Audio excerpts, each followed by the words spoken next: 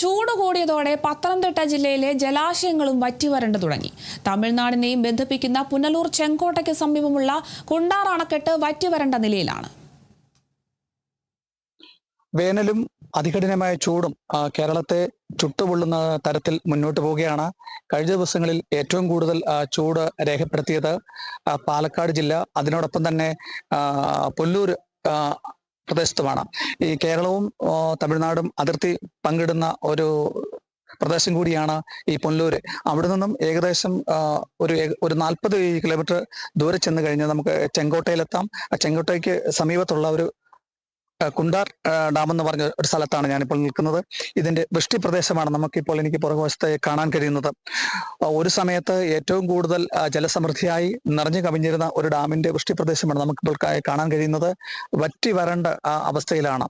ഈ ഡാമിലെ സുരക്ഷാ ഉദ്യോഗസ്ഥന്മാർ ഉപയോഗിച്ചിരുന്ന ലൈഫ് ജാക്കറ്റുകളും മറ്റു ഉപകരണങ്ങളൊക്കെ ഇപ്പോൾ ഉപേക്ഷിച്ച നിലയിലാണ്. ഈ ഡാമിൽ ചിലപ്പം വിനോദയാത്രയ്ക്കോ മറ്റുമൊക്കെ ഉപയോഗിക്കാവുന്ന ഒരു കുട്ടവഞ്ചി അവിടെ ഉപേക്ഷിച്ച നിലയിലാണ്. അങ്ങനെ കേരളത്തോടൊപ്പം തന്നെ തമിഴ്നാടും, അത് കേരളത്തിന്റെ അതിർത്തി പങ്കിടുന്ന ഈ പുനലൂരും ഈ ചെങ്കോട്ടയിലും ഒക്കെ തന്നെ ചൂട് പ്രവചനാതീതമായി മുന്നോട്ട് പോകുന്നു.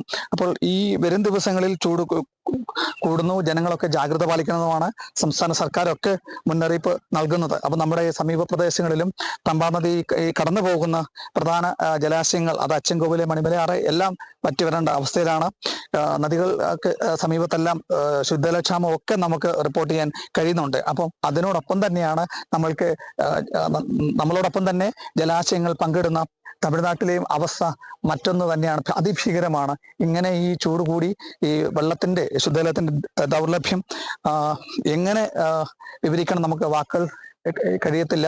വരും കാലങ്ങളിൽ യുദ്ധത്തിന് വേണ്ടിയായി, ഈ വെള്ളത്തിന് വേണ്ടിയായിരിക്കാം ഒരു മഹായുദ്ധം എന്നത് ഓർമ്മപ്പെടുത്തുന്നതാണ് നമുക്ക് ഇപ്പോൾ കാണുന്ന ഈ ദൃശ്യങ്ങളിൽ നിന്നും നമുക്ക് ലഭ്യമാകുന്നത്. കേരള വിഷൻ ന്യൂസിന് വേണ്ടി ക്യാമറാമാൻ പ്രദീപ് അങ്ങാടിക്കൊപ്പം പ്രസാദൻ ജെ, പത്തനംതിട്ട.